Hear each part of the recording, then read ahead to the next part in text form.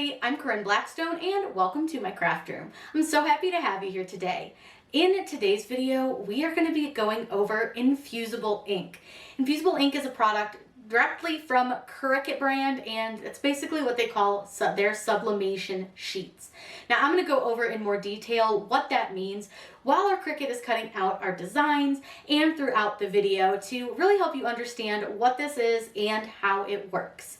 Now I'm going to do two projects with you. I'm going to do this fun little mug with some ghosts on it, and then we're also going to make a shirt. Now I want to tell you that I tried using the new Cricut auto mirror feature and it did not mirror, so just be aware that sometimes that new feature doesn't work. So our shirt's a little messed up, but it's still really cute, so it doesn't matter. This is just to show you how to use Infusible Ink. So let's go ahead and get started.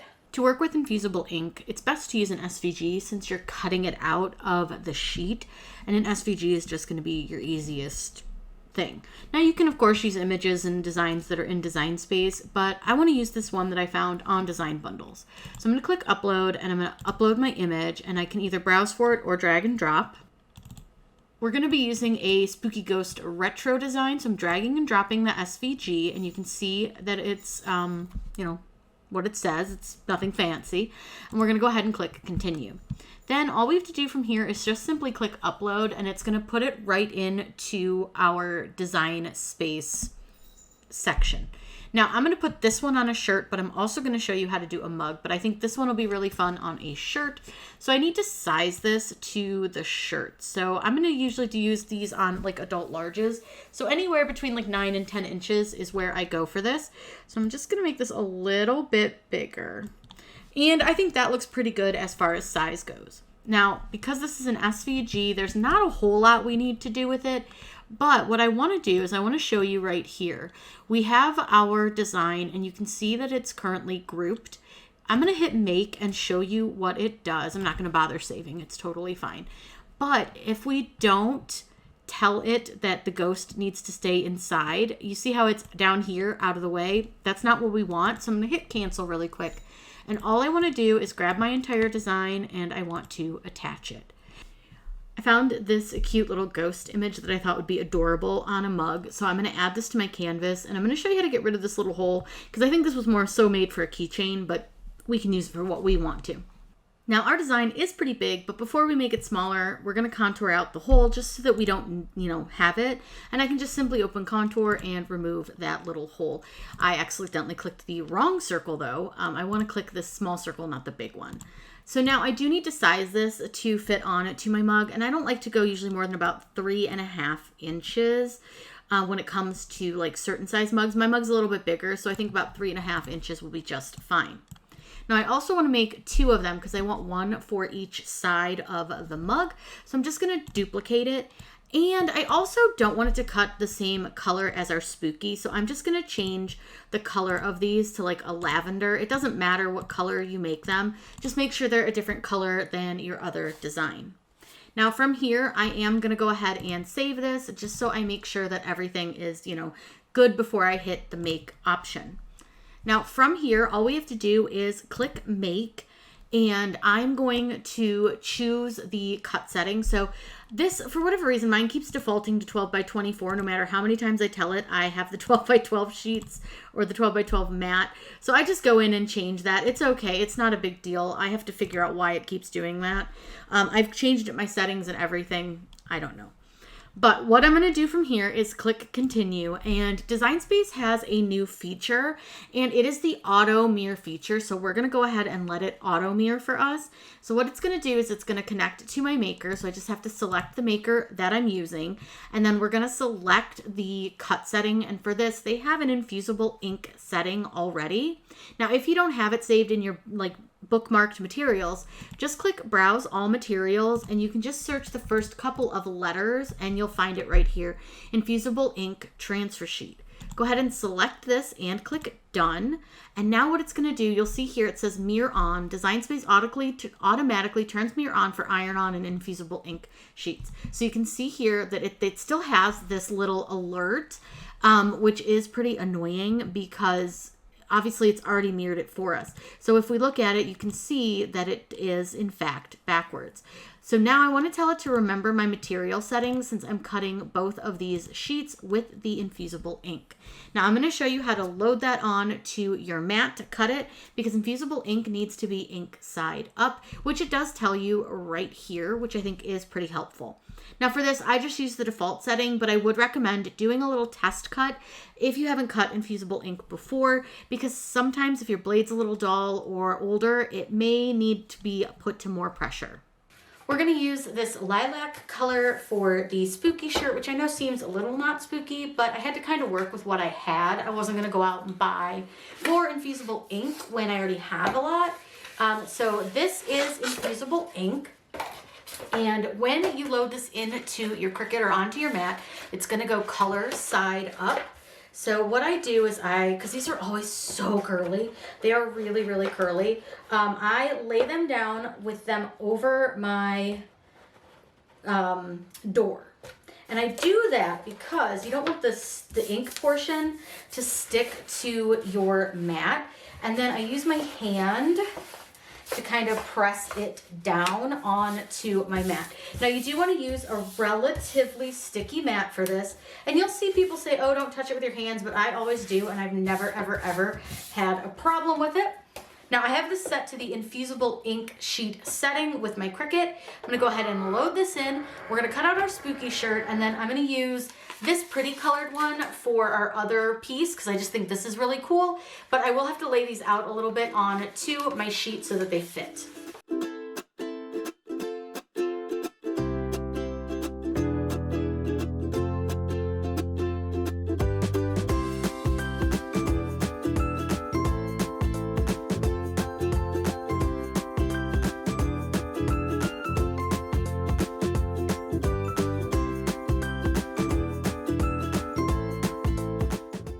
Being the crazy person that I am, I'm going to check my cut because I don't trust the Cricut. So I'm just going to grab the middle of the O and at least see if like the colored part comes off. You can see there's paper behind it, which is always hard to get off. But as long as the colored part comes off, I'm good. So I'm going to go ahead and unload this. I'm going to get the other one cut and then we will weed everything. While this cuts out, I just want to talk to you a little bit about what is Infusible ink / sublimation if you're unfamiliar with those terms. So Infusible ink and sublimation are the same thing. They're made with the same exact kind of ink. And what this ink is when it's heated, it turns into a gas and it dyes the polyester fibers of fabric or the polyester coating of hard surfaces. Now with Infusible ink, you can use this on pretty much any sublimation blank out there. You do not have to use Cricut sublimation or Infusible ink blanks. What's also cool is you can save some of those scraps, those little ghosts, and we can always tape those onto something else and make something with those. Now with sublimation or Infusible ink, you want to make sure that that product is made with polyester. If not, it won't work because it only dyes those unnatural acrylic polyestery fabrics. So that's something to keep in mind. Also, keep in mind, I didn't notice that this did not in fact mirror until it was a little bit too late. We're ready to place the design on to our shirt. So I'm using a full polyester shirt for this. And as we talked about, Infusible ink being sublimation ink means you need to use polyester. You do not have to use Cricut branded materials because all it is pre-printed sublimation ink, which I think is fantastic that you don't have to use the Cricut branded stuff because their stuff's pretty pricey and you don't have to pay a fortune to use their Infusible ink, even though that's a little expensive as well. But I'm gonna go ahead and put this piece of cardstock in, and what this does is it prevents any of the ink from leaching through the shirt into the back side of the shirt. Now, I want you to note that this did not mirror. I left Cricut's, I let them do the mirroring. So when you turn Infusible ink or Everyday Iron on, it mirrors it for you, and it did not in fact mirror it. So luckily I'm never gonna wear this shirt, but pretend that it's mirrored. So what we wanna do now is just like when we do any other shirt, you want to get this lined up straight. So I try to get my shirt as straight as I can on the table for myself. And then I find where the center is. You go 3 fingers down from your collar, and then you get this placed on as straight as possible. Now, one thing I do recommend, and let me peel this back because I see, first thing is to always check for any like stray bits. I had a little stray piece of the product on here, which is another reason I'm not a big, huge fan of Infusible ink. But another thing I want you to make sure you do is to lint roll your shirt, especially if you have pets. You want to get off any like residual like dog hair, cat hair, because your Infusible ink or your sublimation ink will not stick to that hair. So I had a little bit on there, so let's go ahead and get that off. Now we can place our design down, and again, try to get it as straight as possible. I'm not fantastic with the Infusible ink keeping it straight for some reason, even though it's like no different than HTV. And then I use the center of the design to find the center, and then I just use my hands. That looks pretty straight and even. I'm good with that. Now, you'll notice that it's curling up. I'm going to use some heat tape on this. I'm going to use heat tape to help hold this down a little bit. Heat tape is a great thing to have when working with sublimation and the Infusible ink, which again, same thing. And I'm just going to tape the corners down onto my shirt, and that way it's not going to move at all when I press it. Now we need one more thing on top of this. We're going to use some butcher paper on top of this, and that's going to prevent any of the ink from like leaching through the back and getting on our press. Now I'm going to go ahead and get our press set. I set our press for 400 degrees for 60 seconds. We're ready to press our Infusible ink. So I have the shirt with the cardstock inside of it, the Infusible ink color side down, and then a piece of butcher paper. Now I do use a fairly firm pressure with this, and we press this at 400 degrees for 60 seconds. Now that this has pressed, we're gonna go ahead and pull open our press. You can take off your butcher paper, and you can remove your Infusible ink sheet, but know that this is gonna be hot, but I recommend doing this hot. Now again, remember this is going to be upside down because the Cricut decided it wasn't going to mirror it, but it does look so cute, so good. I'm going to go ahead and let this cool down, and then I'll get you guys an up-close view of it. We're going to be placing our ghosts onto our mugs. So I'm going to cut these in half, and these didn't matter if they mirrored or not. Our ghosts are going to face the same way, but one little section cut through, so I'm going to have one little ghost mouth that just is a little awkward. So I think what I'm going to try to do is I'm going to put a little piece of heat tape behind where that open mouth part is, and just see if I can stick this little mouth at least back to generally where it was, because without anything to hold it, it's not going to stay there. That's pretty close, if not, yeah, it's close enough. It'll do. So what you want to do is you want to take your mug, and I want to grab some heat tape. This little tape dispenser is great because it pre-cuts the tape for you. And what I do is I place a piece of tape in the upper corner and the lower corners, so just each corner. You don't need to use a lot of tape. And once I have that, then I kind of figure out where I want it to sit on my mug. So I'm going to put it, I think right there looks pretty good. So now I'm going to take that and push the tape down, and just make sure that that tape is pushed down onto my mug, and you can kind of roll it over the top if you want. Now I have a little space right here that doesn't want to sit flat, and if that's happening to you, just use a little bit of tape, because you do want this to sit pretty tight to your mug, but you don't have to use a ton of tape. Now this is an older piece of Infusible ink, so I noticed it had a bit of a wrinkle to it, so we may have some issues because of that. This Infusible ink is like from when it probably came out, or at least pretty close to when the Infusible ink came out, so it is pretty old. But it should work just fine. I'm not going to worry about it too much. It should be just fine. So I'll do the same thing with these ghosts. I just need to kind of figure out where I want them. And what I like to do is I'll set the cup up on its top, and then I'll see where the ghosts sit on this side, and then just sort of try to get them pretty even on the other side. And I'll just do the same thing where I'm just going to press it down. Now remember, this carrier sheet is a little bit sticky, so it should be okay. I do think that they could be stickier, but that's okay. They're not too bad, but they don't do a lot as far as like wanting to stay stuck to your blank, in my opinion. All right, I'm pretty happy. I think that looks good. Now what we need to do is wrap this in a sheet of butcher paper.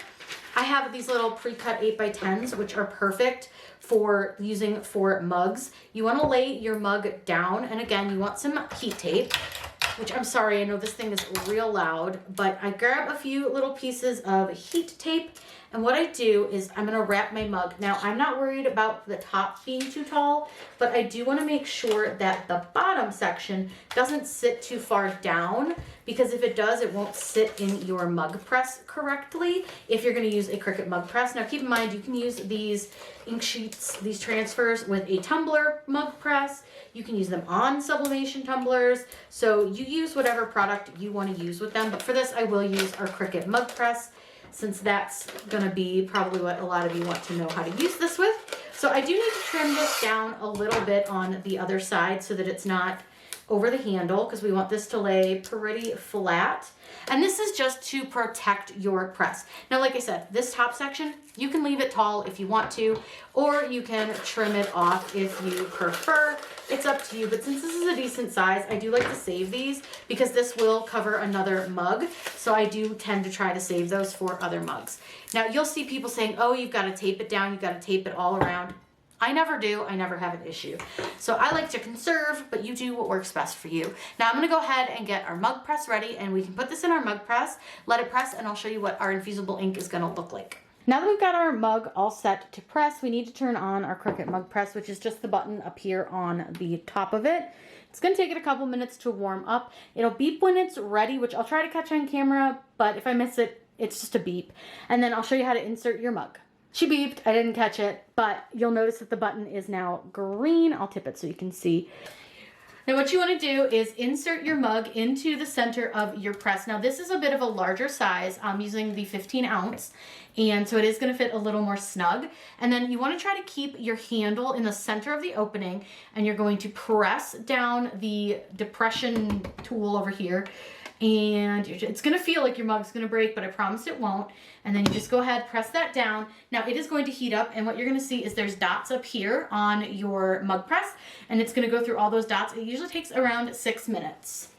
Now that our she's testy. Now that our mug's done pressing, go ahead and open the press, and I'm going to scoot it over a little bit. You want to have something that you can set your mug on, and I'm going to use this heat pad. Now the handle won't be hot, but the rest of the mug is, so I want you to be super duper careful. Now listen, I'm a rebel. I'm ripping the paper off. You'll see a lot of people that are like, oh, you need to wait till it cools, you need to cool it down. You don't. Been doing this for years, never have waited, never had an issue. Now I will say I want you to be really careful because, like I said, she hot.